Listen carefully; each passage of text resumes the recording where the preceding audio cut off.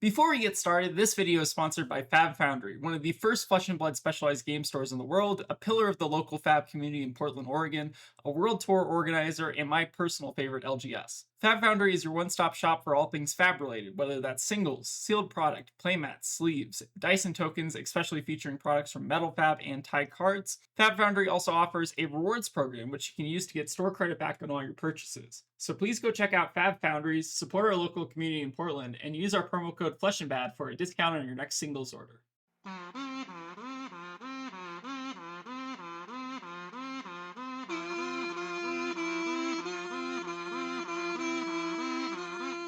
Great, hey everyone, welcome back to more Flesh and Bad, and today I'm doing some Marlynn gameplay by popular request. I have some ideas on this list. I'm probably going to be playing it in the upcoming Calling in Seattle.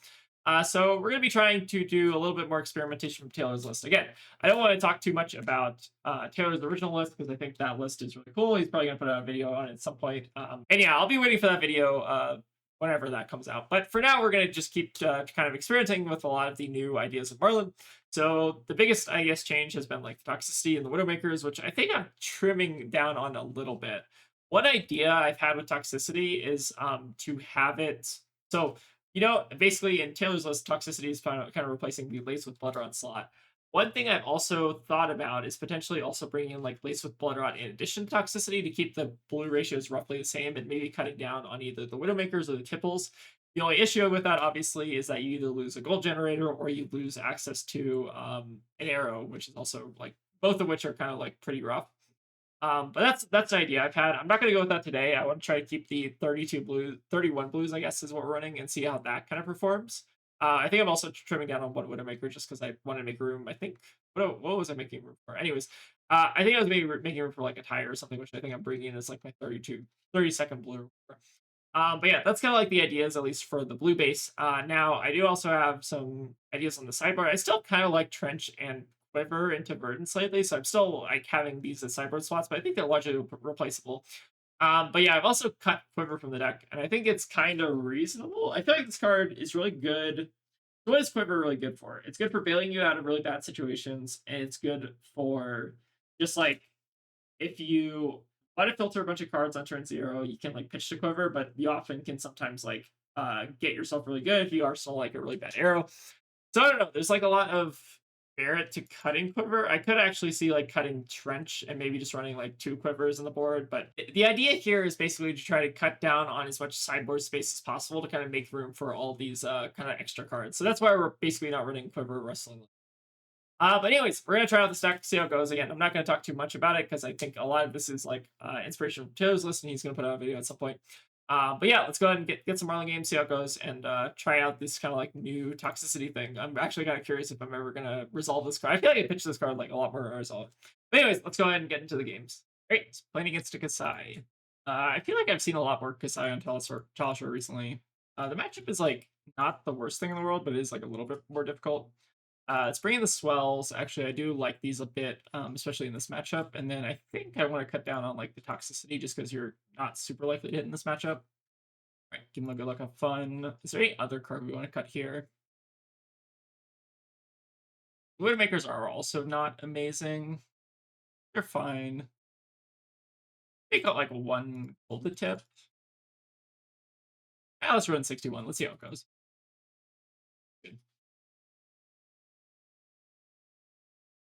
All right, so do have 8 game early. The only issue is we currently don't have a great thing to just. What? Dawnblade Kassai. Dawnblade hits. How do they swing it? I guess they only have bolters or something. Fascinating. Okay, well, I guess in this case we're just gonna pass here. Arsenal take game. All right, blue draw here is nice. All right, I'm deeply curious to see what a Dawnblade Kassai deck is gonna do. This is not the normal Sabers Kassai I was expecting. Draw a card this turn. Your sword attacks cost 1 less to activate. So that means the Dawnblade is basically free. I guess the question is like, how do they attack with it twice?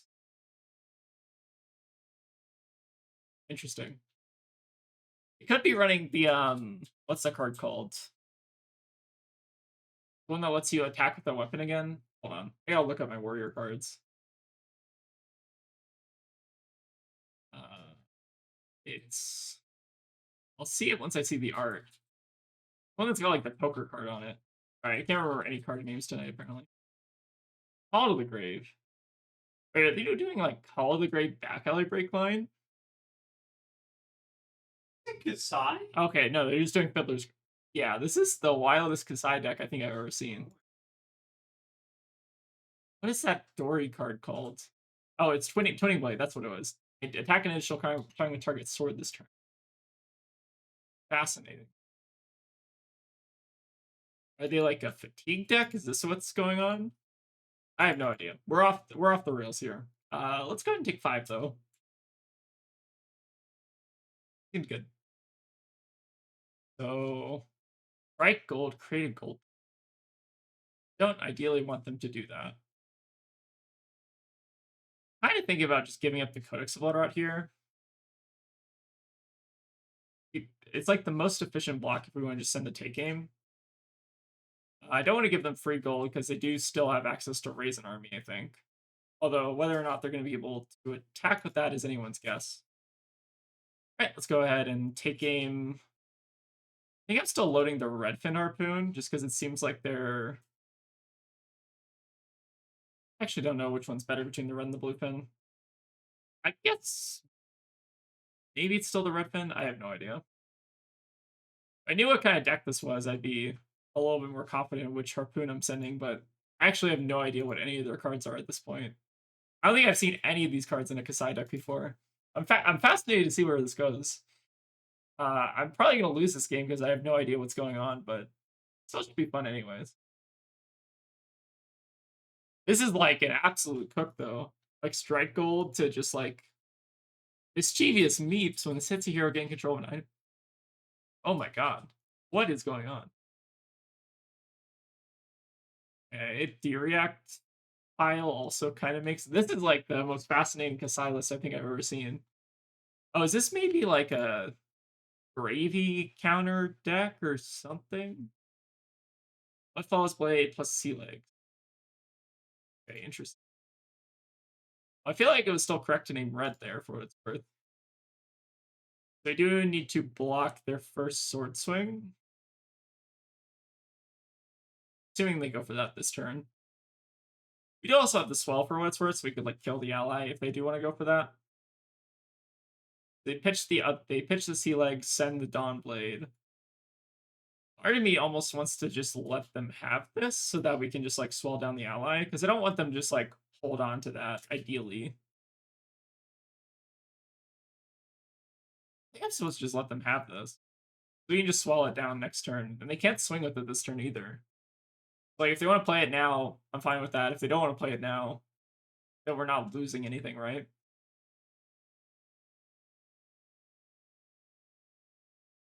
Fascinating deck. Maybe they're just trying to go, like, all in on the Kassai, like, sellsword tokens or something. It's my only guess here. Gold Kiss Rum is also a mystery. Alright, we're completely off the beaten trail here, but that's fine. Alright, hitting Elephant Harpoon is quite nice. So get the ally out of the way, and now we can just rip the 3 oak. You have the Sleep Dart to fall back on, but ideally like something a little bit better, like the Battering Bolt. That's quite nice. So let's load the bolt. A little bit awkward here, but I guess we're gonna just end up pitching the riches to the battering. And then Sleep Dart's a kind of whatever arsenal, but it's probably fine enough here. Finally up some gold, which is nice, so when we find our big harpoons, it should be a little bit easier. Okay. Or D-Reacts, I suppose, also makes sense.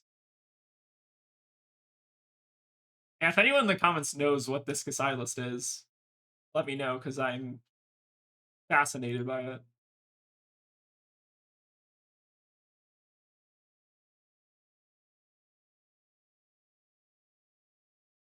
Raiden, E-Strike, Unsheathed. Okay. Yeah, I still have no idea. I have no idea what's going on over there. Seems fine, I guess. I don't know. Alright, find our battering bolts. We might just end up turning a yellow over here just to keep them off making any more gold.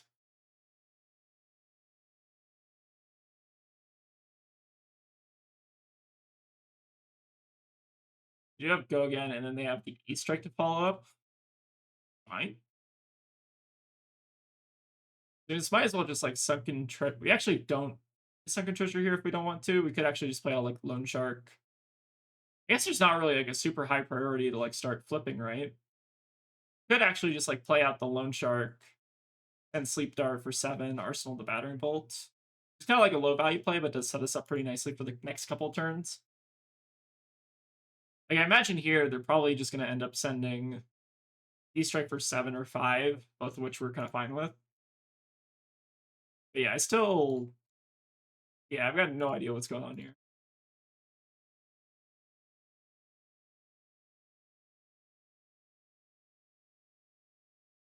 What we could also do is play, or Sunken Treasure, block Tipple, Full Tunic, Sleep Dart, and play out the Loan Shark. Oh, you'll lose out on 4 damage, but we were gaining like 5 damage here. We're gaining like 5 extra value. Maybe that's actually more efficient. We do have to use our Tunic counter, but actually maybe don't mind this, and we're also getting an extra gold here. So don't hate this. Keeping them off Kassai activation. Since they're a bit D-Rack heavy, taking like an off turn also is probably not terrible. Let's go on Loan Shark. Full Tunic, and then just send the Sleep Dart. Got a pretty good setup with the 5 gold here. We do just need to start threatening their 1 gold. Still have no idea what's going on over there for what it's worth. Maybe they're doing something to make the Dawn Blade free, and then like they have to be running like 20 Blade or something, right? I have no idea.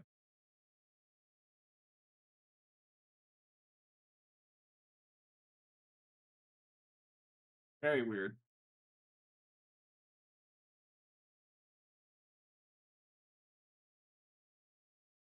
Also not seeing our Krakens, kind of an issue. I feel like Kraken would actually be really good against this deck because we just get the overpower. I feel like the battering bolts have not actually been all that good because it seems like they're running a lot more action heavy. So currently doesn't have go again. So I think we're just gonna take this for now and see what happens. Don't really want to turn on reprise or anything. Like ideally they just like crack their bolters here or something. Okay, there's the Bloodfalls Blade. Not again the end of the world.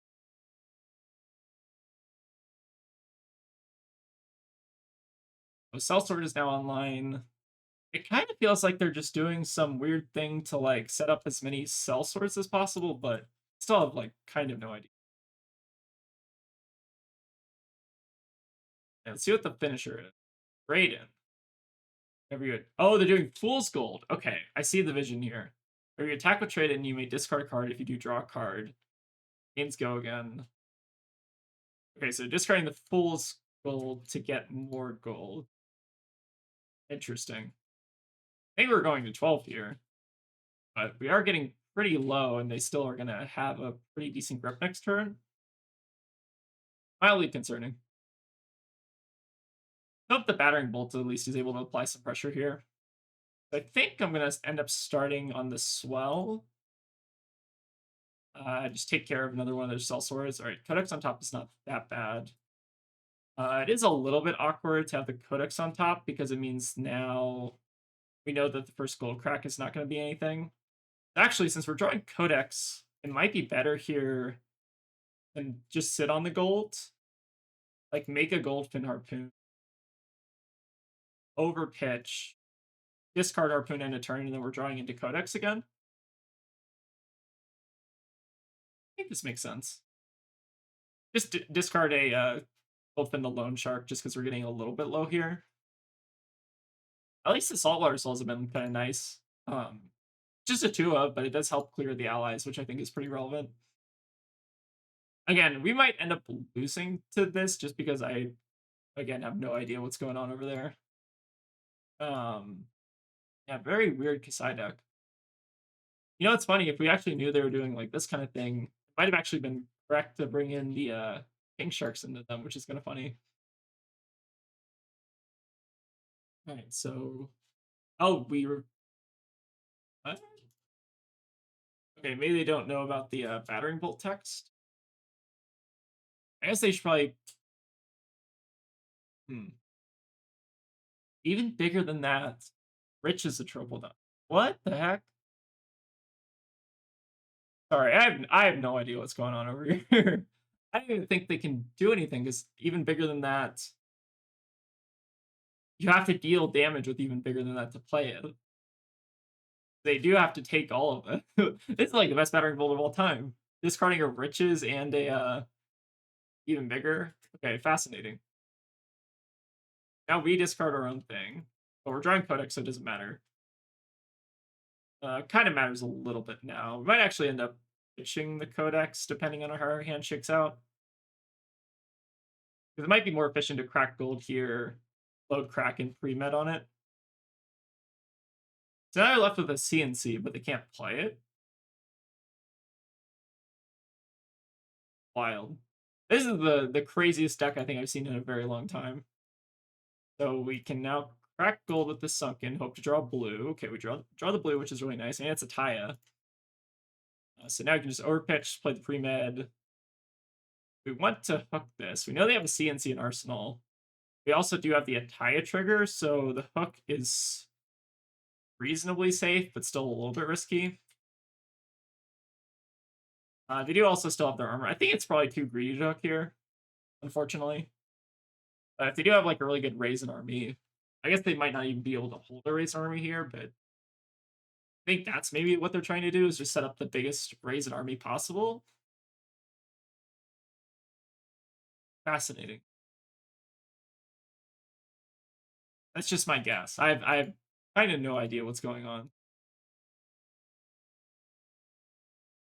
All right, so now I get to take a non-tech from there. We know their arsenal is CNC. Oh, what does Call to the Grave even get? The Unsheathed, Full Tunic. So if we take the Unsheathed, how do they give go again? I guess the question. We just like block 3. I don't think they can, because they can't pump it, right? So I guess we have to just take the Unsheathed here. And then just block 3 on the sword. Yeah, I have no idea what's going on. I'm just trying to speculate as to what our opponent is doing. So I'm curious what they call the grave now. Oh, we got a cat. Look at. He's leaving. Oh, they do have the back alley break line. Okay, fascinating. What is this deck? Maybe we should have taken the Call of the Grave. I have no idea. So they pitch the sea legs. I guess with a CNC or something. So blocking this does nothing. Or this attacking doesn't even do it. I think I'm just fine letting my tipple get CNC'd here. They can even bigger than that if they want to now. Which I guess is also fine. I have no idea. I guess we also could have blocked the Kassai activation if we really wanted to, but I don't know, it feels kind of bad.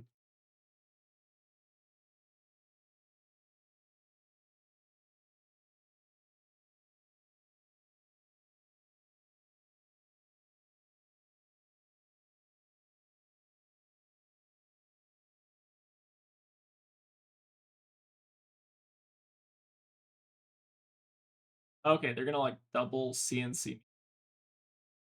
Interesting.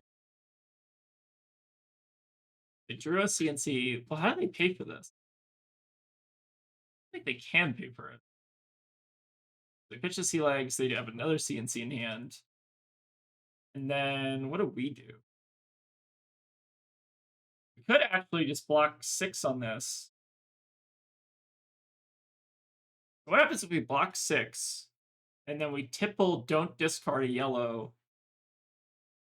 And then we load, like, take game pre-med, send 8 at them, and then go off an arsenal. I think that's maybe the best play. Super weird line here. Because they can't play the other CNC now.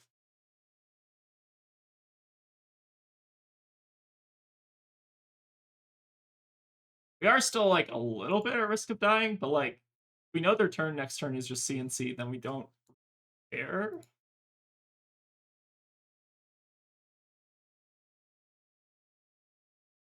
Yeah, I have no idea what's going on here. This is so funny.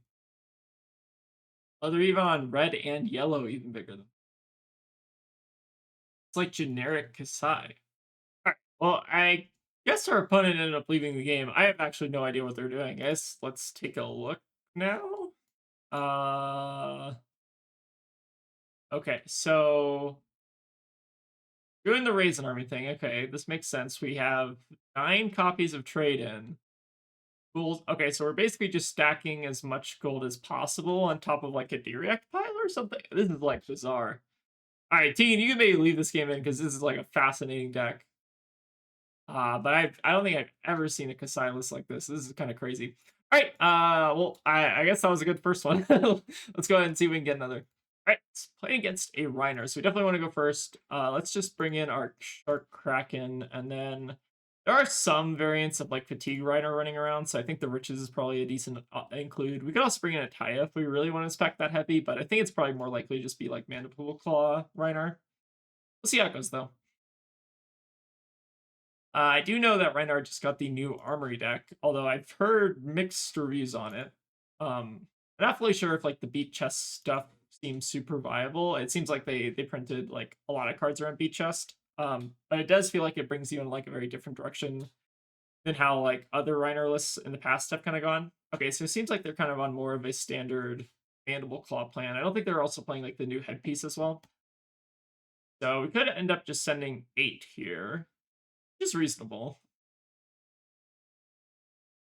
I guess the question is, do we want to send on turn 1? I think since we have Codex of Frailty, I'm kind of okay with doing this.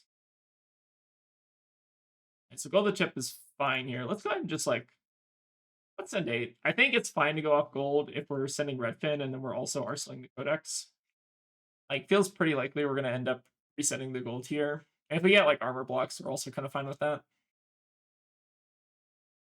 We also have like a nice Codex target already, so I think this line is like appealing if we can just push through like a little bit of damage and maybe generate a gold. If you don't generate a gold, also not the end of the world. All right, we get a swing big. That's perfect. I think the line's like a little bit greedy, but okay. So this hand wants to block with King Kraken, overpitch everything, and then send riches. So we know about the send packing and this. So we do now definitely want to block this. So let's actually block with like the King Kraken and our armor. It's fine to like just give up the Sea Lace here. Now we know they have a Beast within and one other unknown card here. Seems like a fine use of our armor though. And then we'll take 3 here. We need to save the King Kraken here to pitch to Codex. So it should be actually a pretty good turn for us. We also are going to get the free hook activation as well. For what it's worth, we actually probably should. There's some minor chance that the Rhinar is on Ripple Away, which is, I know, a card that some lists have been running. So there's actually like a minor downside to like activating the hook first before we pitch the riches. It shouldn't matter too much. It does obviously feel a little bit bad to lose Sarong on turn 1, but should be fine. All right, let's take a look at what they got. So they got Swing Big, Buck Wild, and a Blood Rush. We can at least put them on a 4-card Blood Rush. But obviously the choice here doesn't really matter. I guess we'll just take the Buck Wild. I think they arsenaled the Beast within, if I'm not mistaken, which means I think their arsenal's not amazing right now. They are going to start ripping our hand, which is fine. We are sitting on 4 gold, which is quite nice, and then we do have the opportunity to like crack quite a bit next turn. Let's go ahead and save no blocks. We'll save armor blocks in case we need to block something more important. Oh yeah, another send packing. Wait, what happened to their Beast within? have sworn I saw like a beast within their hand at some point. So we managed the gold tip face up. Could actually give up Tunic here if we wanted to. Give up Tunic. Do we have Tunic's not the worst thing in the world? We're always getting the pre-med back though. Like, what if we just accept the gold tip is going? I don't think that's crazy. I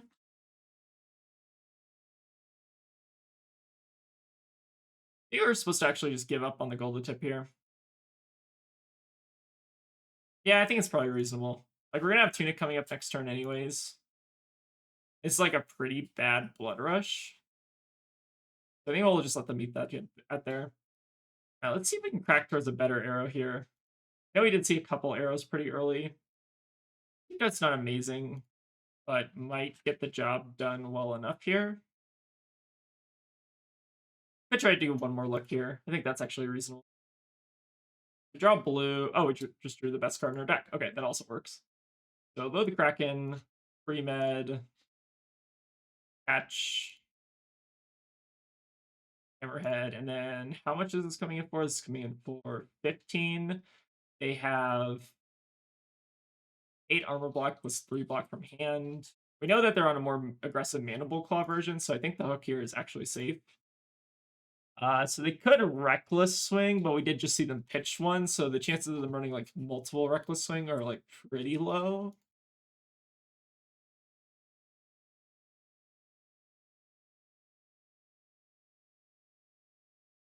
And so they give 11 here. They might have the Reckless. Or maybe they are running some number of D-Reacts. Okay, they are running some D-Reacts. Okay. Maybe not as safe as I thought. I thought because they're on more Mandible Claw, maybe it makes more sense that they don't have as many reacts, but yeah, these Rhinar lists are still kind of bizarre to me. Remember, this hits a hero, destroy an item they control. They lose a gold. Not the worst thing in the world, especially going into our next hand. A Loan Shark, Trophy Shot, just send 10. So I feel like we can probably afford to lose 1 gold here.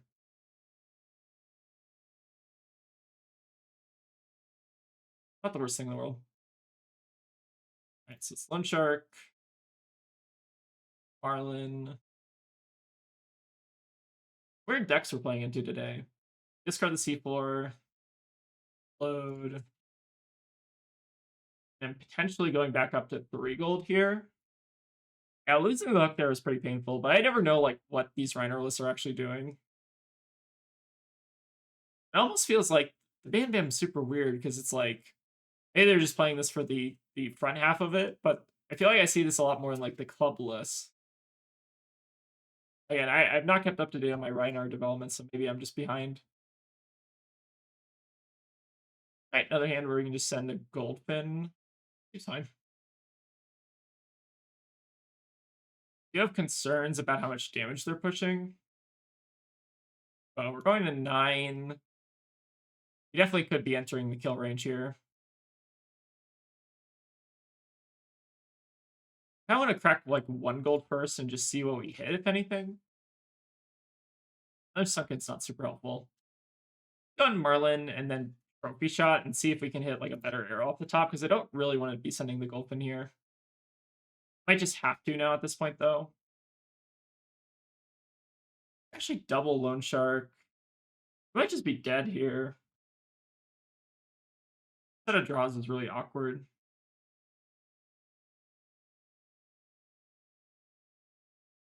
Yeah, I guess we're pitching the Sunken. It doesn't really matter which one of these we pitch, because I think we're just sending Goldfin here.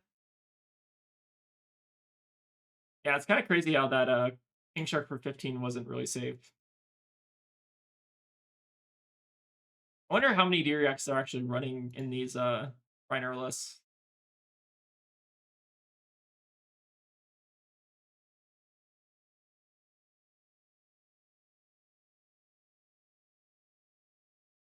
Seems like they maybe have a pretty good hand if they're going no blocks. So this is definitely a bit concerning. All right, just a little bit too late here, I think. Oh, they discarded a Blood Rush, though. Okay, wait, we're back. We are so back. Okay, easy game. Maybe you just have your opponent brick super hard and then you win. Seems pretty good to me. All skill, all skill. They totally didn't have us like 100% there. I discarded it. Edge wind up. Weird. Okay. We can actually codex now. Ooh, this is actually kind of a sick line. So codex first, discarding Goldfin. Grab our King Shark. Then just Tunic, rip it. See how it goes. Good enough.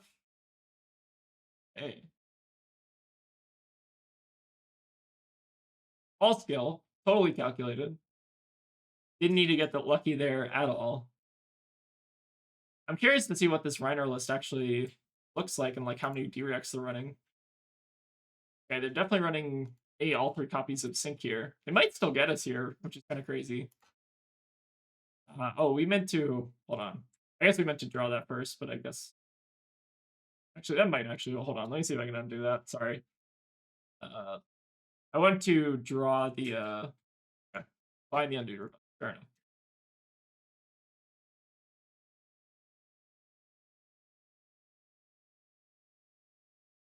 Alright, swinging in with a Wild Ride.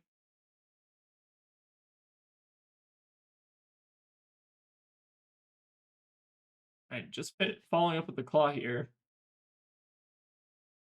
So I think we'll just give Tunic just so we're not getting into kill range.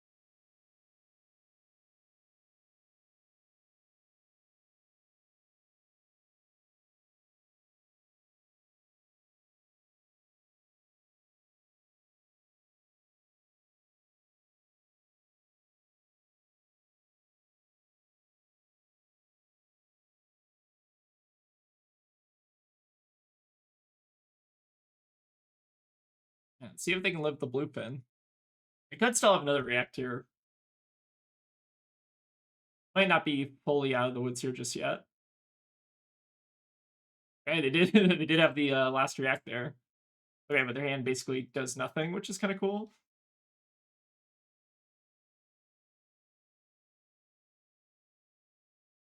Alright, so let's go ahead and give them the Widowmaker here, and then maybe just try to kill them with Blood Rot next turn. Fascinating game. So let's Marlynn, Blood Rot. Load here.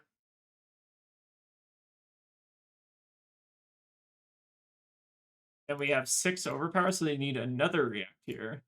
I feel like against Rhinar, maybe I should be planning around the 0 for 4 D reacts. I feel like I've seen that a lot more often than not recently. But yeah, seems like we just barely got them there. Interesting deck. So they are just on 3 copies of Sync Below. They're running the new Alpha Instinct card. Whenever this is discarded a beat chest, create a Might token. Running like Smell Fear. Interesting. Okay. Yeah, maybe the triple react thing, we just saw those like pretty early. So maybe they're just on the 3 syncs. And that's what we have to play around is just a 0 for 4.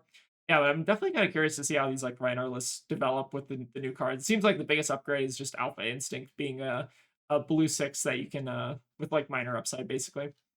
I guess potentially major upside even with the Smell Fears, right? Because if you beat chest to start, you can beat chest using this to make an extra Might token, which is pretty cool. Yeah, I can see it. All right, pretty cool game. Let's see if we can get another. Ooh, a Katsu. Been a while since I played against Katsu. Let's see what they're cooking. We definitely want our Tar Pits and our King Sharks here. It's not like having triple Tar Pit in these decks. I think Hamstring is also like semi. Normally the Hamstring is just for Syndra, but I kind of wouldn't mind actually trying it out here. All right, so they're gonna go first. Let's see how it goes. Katsu is a deck that can run Warmongers, so the Honing Hood is interesting here, but I don't know enough about Katsu to actually make that.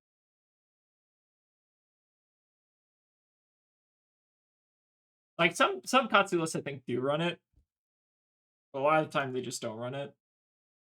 But they're running Legacy here.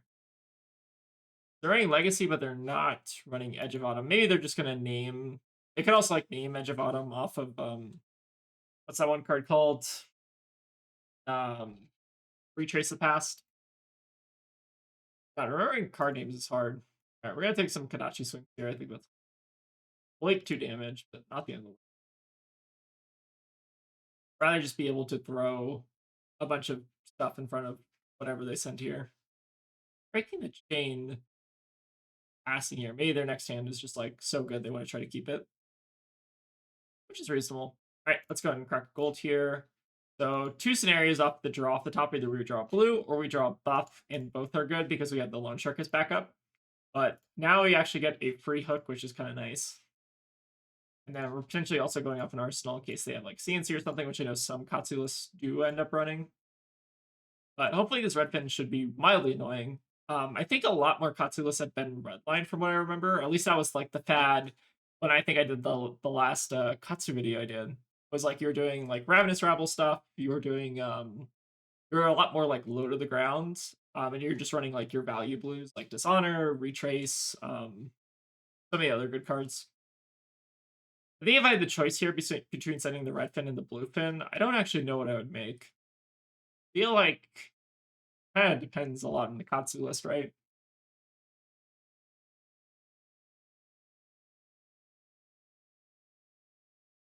Right, so potentially getting some value out of the red fin.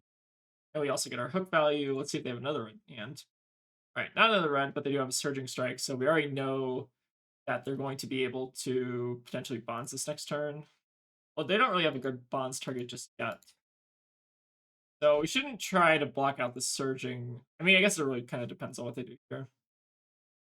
You have Tar Pit Trap, actually, which is not bad. Okay, so you're going to pitch a surging here. Do that.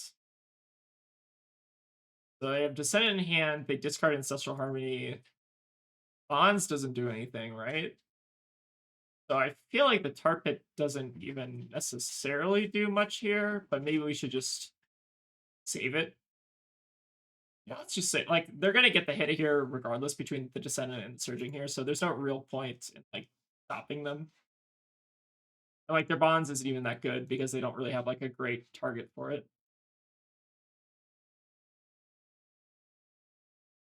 One thing we could actually do next turn is we don't actually have to play out the Tar Pit Trap, depending on what they get. If they're just getting, like, vanilla damage here. Right, Whelming is a card we will Tar Pit, though.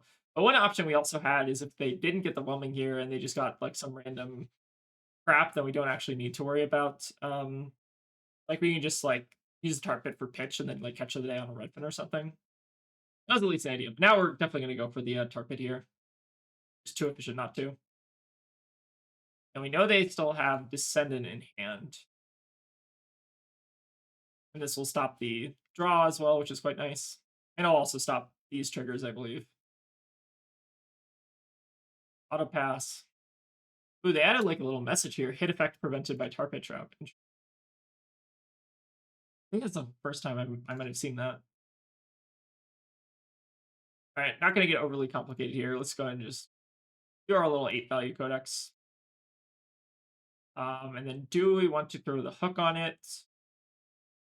It's normally pretty free, but the Katsus do run some number of D-Reacts. I think, like, Flick Flax, they probably do end up bringing them in this matchup. We actually just Sea Lice here for no particular reason. I think I'm just going to send the red fin. I'm not going to get... We're already sitting on a decent pile of gold. I might want the 1 blade break here. So I don't think we necessarily need to threaten the gold baited hook in case they do end up having a react here. So the other arsenal is a yellow Descendant, and then they have 4 unknown cards in hand. So if they end up going like Breaking the Scales, block 3, react, that'll stop the hits, and then your hand is like pretty face up from there. All right, taking another Whelming Gustwave, so they have Mugenshi, a Tempest Palm Gustwave. Say their hand next turn is just like Kadachi Gustwave or something. That doesn't seem very good.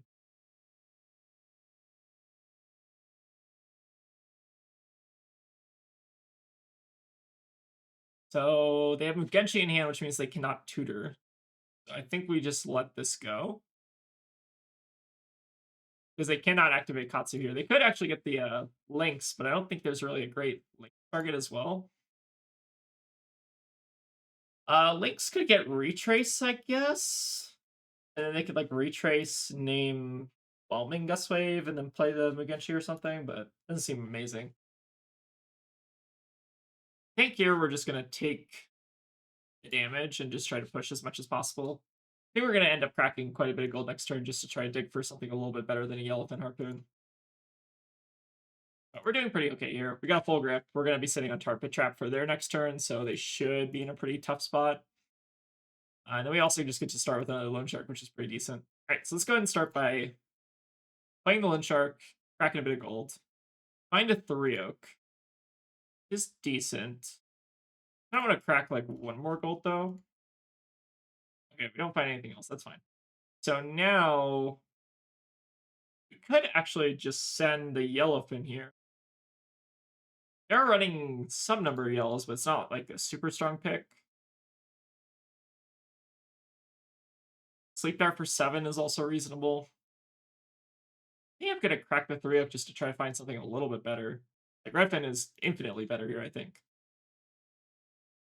So we're still stuck with a couple cards in hand. What cards do I want to get rid of out of my hand? I want to hold on to the Tar Pit Trap ideally. So let's pitch the Golden Tip and then the Sleep Dart, I guess. Then we're gonna like Arsenal Tar Pit depending on what they do.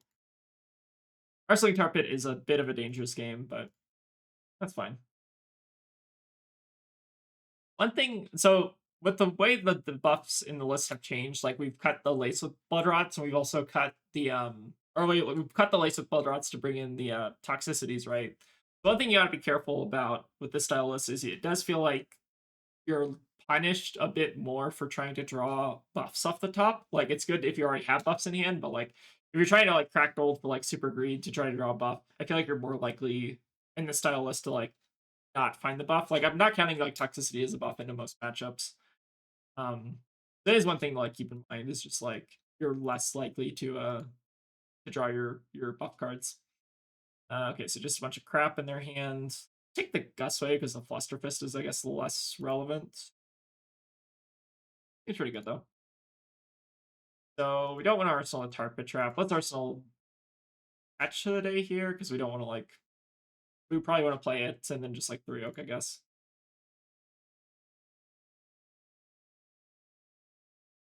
Alright, so we'll just take their Kodachis and their Flusterfist or whatever. They might even just Arsenal a Flusterfist depending on what they want to do.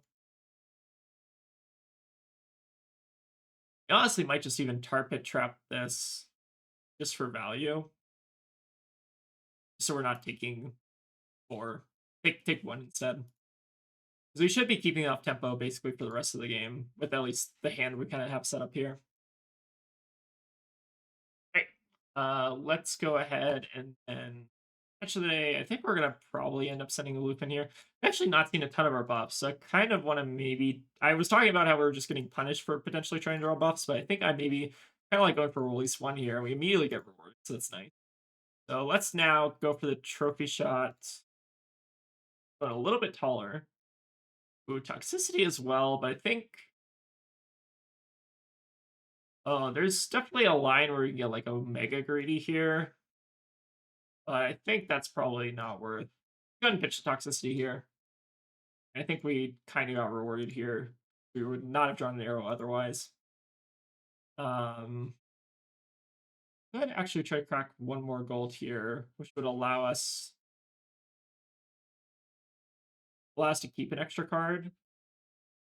Crack here. We're trying to draw a blue or a yellow. All right, so we draw blue. So we want to do this, I think. Bottom of the elephant for now. Crack a gold so we get to hold on to an extra card. And do we make a gold this turn? I don't think they can block this reasonably. It might not even matter. Then we just get to send in for 14 here, which should potentially ruin their hand. They could obviously only have like 1 blue hand and like Surging Strike get us, but also use all 3 of the red Whelming Gustway. Kind of unfortunate.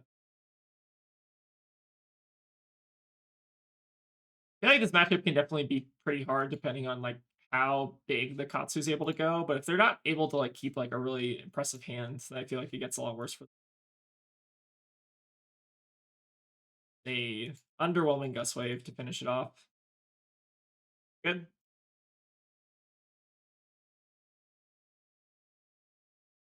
You have the 3-0 take game. So I think since we're gonna be pretty resource rich, I'm just gonna go ahead and get the value out of the sunken treasure here. Wherever they're just sending Gust Wave. get the extra little piece of gold. I think we're actually going to start by doing the 3 oak. We still have all of our King Shark harpoons in the deck, I think. We've not seen a single one, I don't think. So let's go ahead and start by ripping the 3 oak. And then we have Take Game and Codex of Bloodrot. So don't find an arrow just yet, but that's okay. Go ahead and keep cracking some gold to try to find just any arrow at this point. Codex of Frailty kind of works. We still need to have our hand be a little bit more conducive to that.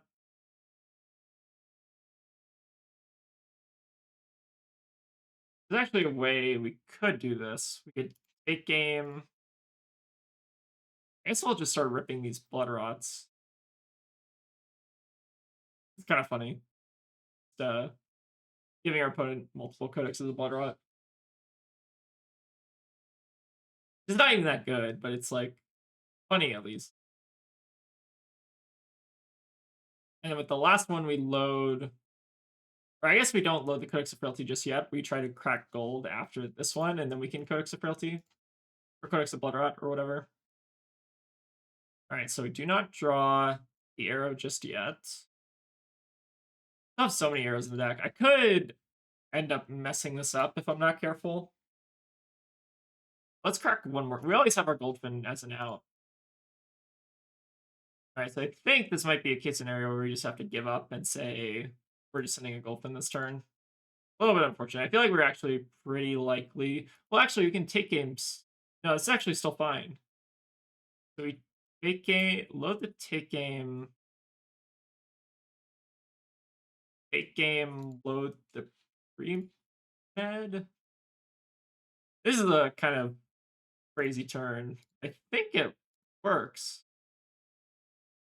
That was wild. Okay. That ended up actually working out really well. Do we make a gold this turn? Can't remember. I mean, I don't think they're gonna block this, but 15. Or it's like 19 value turn, basically. Actually, it might have been wrong to hook because we actually probably want to just get rid of the loan sharks. Maybe. In the off chance that they're actually able to somehow block this. They do get to keep their full hand for what it's worth.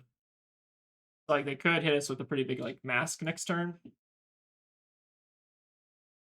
But if they're not careful, they will just, like, die to the blood rot as well.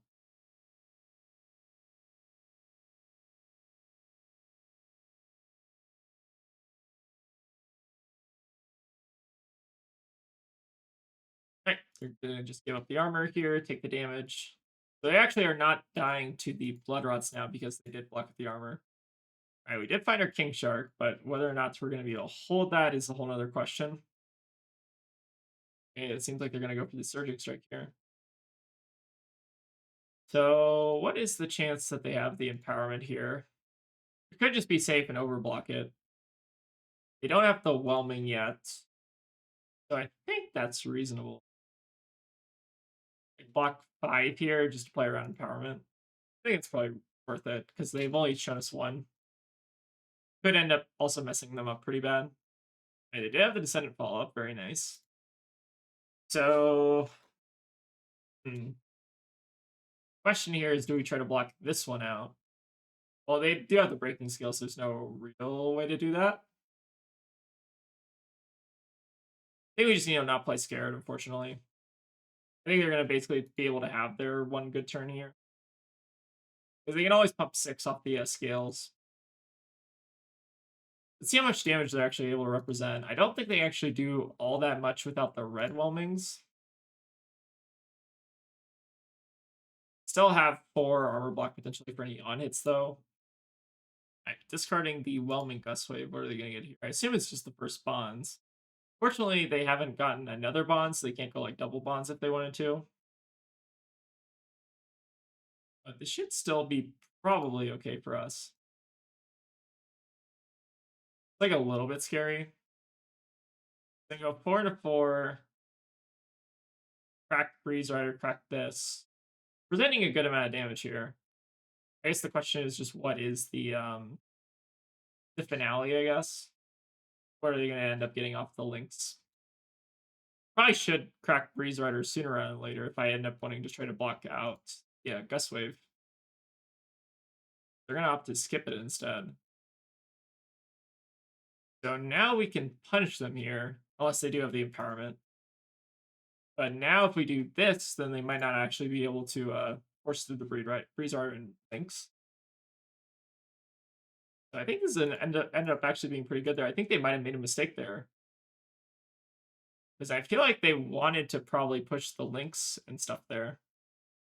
Maybe weren't able to. All right, let's finish on the good old King Shark. I guess we can make a harpoon for old time's sake, right? Shouldn't be able to block 10, but there is some world where they were able to. Maybe you just want to arsenal this, or just discard it, or whatever. Looks like they had a Command Conqueror, a bunch of yellows in hand. So what were they going to tutor for if they did end up doing that? They could have tutored for... So they Gust Wave, tutor for Retrace, do something. Yeah, I'm not entirely sure what the follow-up there was. All right, but anyways, pretty good game. Interesting to see how Katsu lists have actually developed. I've not actually kind of like kept up to date with it. I feel like the Mugenshi stuff is still like not great. But you know, it's still pretty fun though. All right, anyways, that's gonna wrap it up for today. So this is the list that I'm trying to tweak for the upcoming calling in Seattle. Still a couple little tweaks like here and there that I want to do. Like I think there's maybe some room, especially in like the blues, to kind of make some room. I felt like the sideboard's been pretty okay. Just having access to 3. I like having 3 Target Trap, and the Hamstring Shop has actually been like a pretty good overperformer into Syndra, at least in my like initial testing. I kind of like do like this spicy one of from Taylor's list, which is really cool. But yeah, but anyways, I think that's probably gonna wrap it up for today. So thank you all for watching, and I'll see y'all next time. And a special thank you to all the folks who decided it would be a good idea to give us $2 on Patreon. We really appreciate the support, but it's obviously never required.